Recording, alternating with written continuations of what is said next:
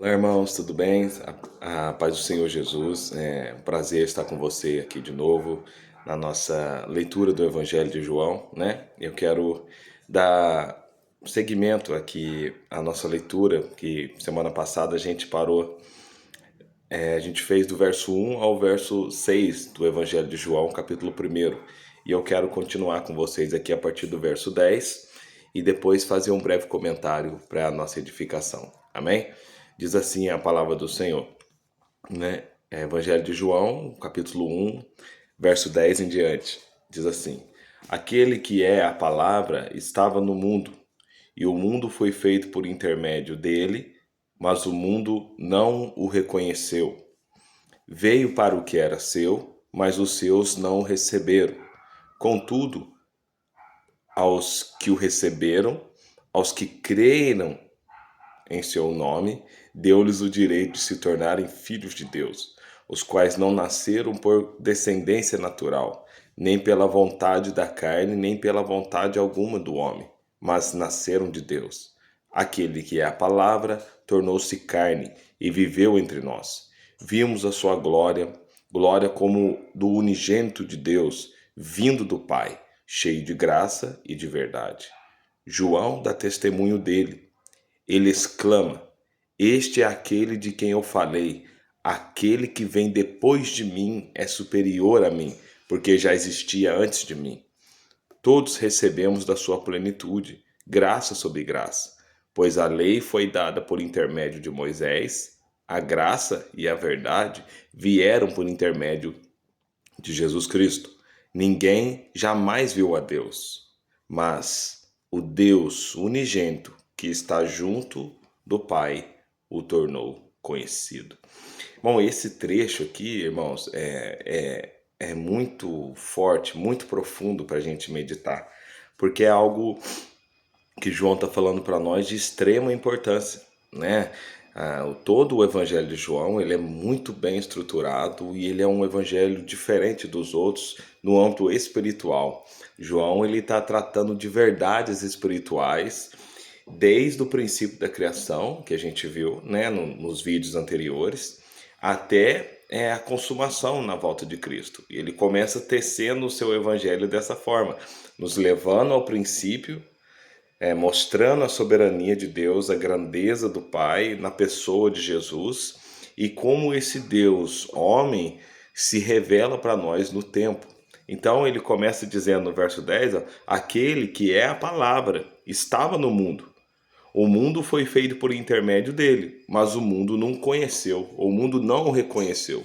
Logo, João não está falando apenas do mundo enquanto criação, do cosmo, do planeta Terra, das relvas, dos animais, do céu, da terra. Não, não. João está falando de um mundo que não reconheceu a Deus. João está falando do homem enquanto esse mundo, essa dimensão que existe no homem, não reconheceu a Deus.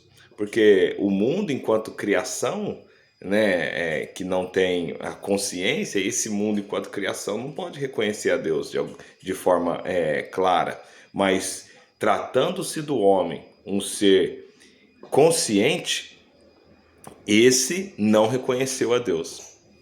Aí ele nos direciona para o princípio da queda. Ele nos leva lá ao Gênesis, que naquele processo do homem se alimentar da árvore da vida ou da árvore do conhecimento do bem e do mal, o homem ele não reconhece a luz do seu interior. Conforme ele disse, a gente falou nos vídeos passados, né, que ele não reconhece essa luz e agora ele começa a ser conduzido por uma falsa luz, que é o seu conhecimento do bem e do mal, representado ali na metáfora da árvore da vida, né? Então, seguindo agora o conhecimento do bem e do mal, ele tinha que aproximar de Deus através desse conhecimento, mas ele faz o caminho oposto. Agora ele faz o caminho do ego. Ele começa a viver para si mesmo e começa a fazer a sua vontade. Começa a fazer da maneira com que lhe agrada. Agora ele age, né, como Deus, no sentido de que ele acha que ele pode ser guiado pela sua vontade, né? Por isso Deus diz lá, nossa, agora o homem é como um de nós, porque o homem pensa que agora, na sua ignorância, ele pode ser guiado segundo a sua vontade, mas só Deus é guiado segundo a sua vontade. Então o homem agora ele se coloca no lugar de Deus, né, inflamado ali pela serpente no seu coração. Então é dito que as trevas brilharam sobre que a luz brilhou sobre as trevas, mas as trevas não a reconheceram. Agora a gente vê Deus criando o mundo, Cristo criando o mundo, que é a palavra, mas o mundo também não o reconheceu. Então esse mundo não é só a criação, mas fala de uma experiência humana que rejeitou a Deus no princípio e agora começa um processo de queda, né? Então aí vem o verso 11, ó. Veio para o que era seu, mas os seus não o receberam. Então João não fala apenas do princípio, mas ele mostra que no princípio já existia a revelação do fim.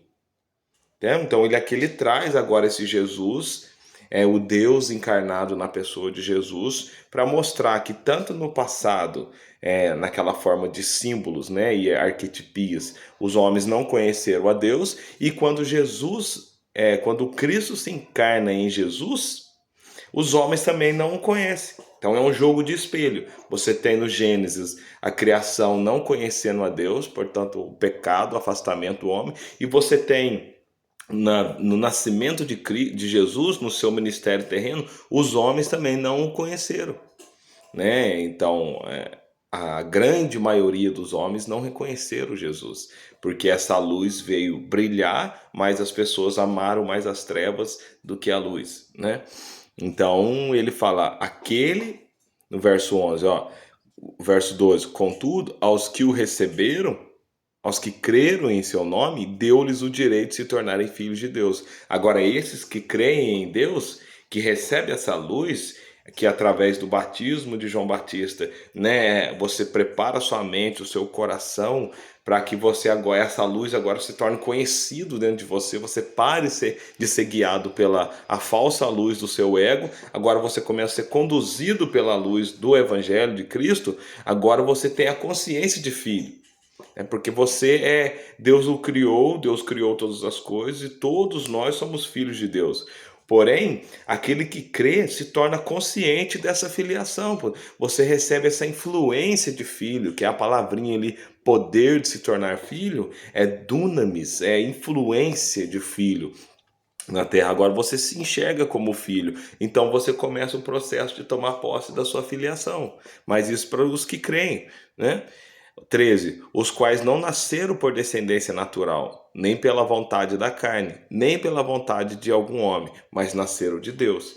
Você rompe com o mundo, você rompe com o Adão, primeiro, né, com a sua natureza caída, para que agora você possa ser refeito natureza espiritual e vá agora tomando posse da sua filiação. Verso 14. Aquele que é a palavra tornou-se carne e viveu entre nós. Então aí João mais uma vez ele fala que essa palavra revelada no princípio e revelada 2000 anos atrás em Jesus, ela tornou-se carne. Ou seja, a palavra de Deus, ela tem que se encarnar em nós para que aconteça essa filiação, né? Para que eu me tome posse da minha filiação. Ou seja, eu sou filho, mas se eu não tenho a consciência de filho, eu vivo como um servo, como um escravo, como um menor, conforme Paulo diz, né? Mas a partir do momento que eu tenho a consciência de filho, eu começo agora a amadurecer. João também diz que, embora filhos, nós ainda não somos o que haveremos de ser. Entendeu? Ou seja, nós estamos no processo de filiação. Embora filhos, nós estamos tomando posse da nossa filiação à medida que Cristo vai se encarnando em nós, né? Se Cristo não se encarnar em nós, não tem razão da nossa fé. Precisa fazer com que o Verbo se encarne, ele tome controle do nosso ser, do nosso coração. Então ele continua dizendo no verso 14: aquele que é a palavra tornou-se carne e viveu entre nós. Vimos a sua glória, como do unigênito vindo do Pai, cheio de graça e de verdade. João dá testemunho dele. Ele exclama: este é aquele que eu falei. Aquele que vem depois de mim é antes de mim, porque já existia antes de mim. Olha o que João Batista fala, né? João, o apóstolo, falando aqui sobre João Batista, ele fala, ó, esse Cristo que está vindo agora, ele já é antes de mim. Então, esse Cristo na pessoa de Jesus, ele é a palavra lá do princípio. Ele é a força criadora de todas as coisas. Ele é antes, ele é maior que todas as coisas. Porém, os homens não reconheceram. Agora, com o ministério de João, ele abre um caminho na consciência e no coração para que as pessoas se voltem para essa luz, né? Porque João tem a profecia sobre ele, a voz do que clama no deserto: preparai o caminho, endireitai as veredas. O caminho é qual? O meu coração e a minha consciência, para que eu me torne conhecido de Deus e eu agora vejo Deus como uma luz dentro de mim. Verso 16, ó, todos recebemos da sua plenitude, graça sobre graça. Ele está falando, ó, toda a criação, todos os homens, todos os seres recebem da plenitude de Deus, graça sobre graça. Então não tem como você fugir disso, não tem como você se afastar disso. A graça dele está sobre você desde o princípio, está sobre o cosmos, desde o princípio da criação. E ele vai derramando a sua graça. Uns rejeitam e outros acolhem. Por quê? Verso 17, pois a lei foi dada por intermédio de Moisés. A graça e a verdade vieram por intermédio de Jesus Cristo. O que João Batista está falando? Ó? Que a lei foi dada por intermédio de Moisés. Ou seja, o que foi revelado na lei foi revelado por meio de sombras e figuras pelo ministério de Moisés. Porém, com Jesus se tornou o manifesto ou manifestado a graça e a verdade. Significa que antes de Cristo, a graça e a verdade ainda eram sombras no entendimento e no coração do homem. Ainda era como figuras ali dentro do coração do homem, no qual o homem não podia contemplar a sua verdadeira plenitude. Agora, com a vinda de Jesus, com a encarnação do Verbo, ele torna a graça e a verdade conhecidas. Por isso que a revelação do Novo Testamento é superior do Antigo, porque o Antigo atua em formas de sombras e figuras, agora o Novo Testamento ele traz a verdade e a graça de forma clara e de forma imanente no homem. É isso que a gente tem que entender. E continua, 18, ninguém jamais viu a Deus, mas o Deus unigênito que está junto do Pai o tornou conhecido. E aqui nós encerramos dizendo, olha, ninguém viu a Deus. Ninguém. João deixa claro isso para nós. E isso é o que talvez produz a ignorância no coração do homem. Mas o homem, ao invés de usar o conhecimento para se aproximar da vida, ele usa o conhecimento para se afastar da vida. Ou seja, ele, ao invés de buscar o conhecimento do reino dos céus, ao invés de usar o conhecimento da árvore, do fruto do conhecimento do bem e do mal, para se aproximar de Deus, ele se afasta. Nesse sentido, ninguém jamais viu a Deus, né? E o único que revelou a Deus é a pessoa do seu Filho Jesus Cristo.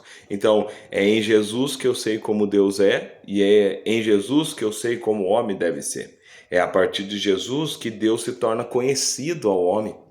Porque no passado atribuíram coisas a Deus que Deus não fez. Por isso que existe essa diferença. O Deus do antigo não é o mesmo do Deus do novo. Existe a discussão. Por quê? Porque as pessoas tentam ler o Antigo Testamento sem Jesus como essa chave de interpretação. Não dá.